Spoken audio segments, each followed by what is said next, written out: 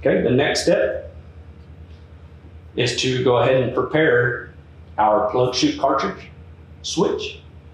When you're going to be using the ControlFire switch to set a plug, the blue and the red wires are no longer needed. So we can trim these two wires. Hunting recommends trimming the blue and the red wire as flush as you can get it with the case. Once you have those two wires trimmed and cut off, I recommend putting a round of tape around the switch just to keep those bare wires protected. So your plug chute switch should look something like this once it's prepped for installation. Okay, we can go ahead and set it to the side for now. And we can go ahead and prepare our EV switch tandem for installation. So at this point, we are going to feed our blue and should have two ground wires attached to it through our EV switch tandem, making sure that we don't pinch or nick any of the wires and making sure that our addressable switch is aligned with that board. So once we have that started, we can pull the wires out and we can go ahead and make our tandem connection.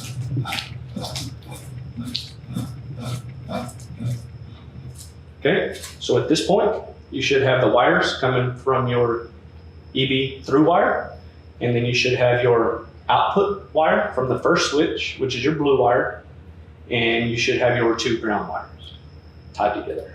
So the last step is to connect our plug chute switch, which we've already modified and prepared for installation. So we can go ahead and trim our black wires. Again, I like to trim them as short as possible because we have to tuck all of the wires into this compact package, so I want to make sure that we give ourselves enough room when we're connecting all these wires. I just like to strip my ground wires bare and then just twist them all together. Do whatever you guys prefer to do out in the field. That's just something that I like to do, and that's just a personal preference of mine.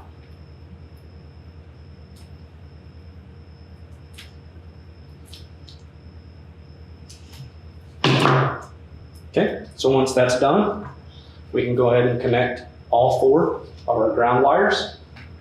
Again, we should have four when we get to the end because we have two grounds for each addressable switch. We have the ground coming from the charge tube, and we have the ground coming from the EB through wire. So once your ground wires are connected, looks something similar to that right there. The next step will be to connect our output wire from the gun switch to the input wire of our plug switch. Again, making sure you trim them as short as possible so you don't have a lot of wires to stuff back in the board of this sub.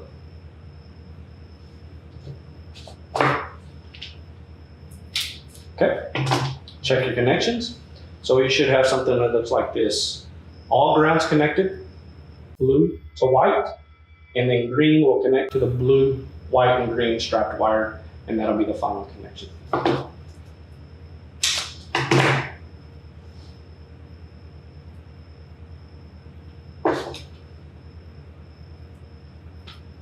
Like I mentioned earlier, our green wire is our hot wire coming from our switch. That's why we have it connected directly going down to the igniter.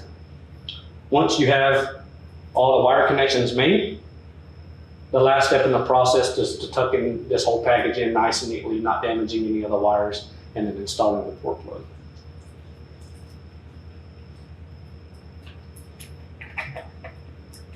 Okay, so the switch wires and everything are tucked nice and neat inside of the sub. You will take your port plug and install it, and make sure that you torque it down to the recommended specifications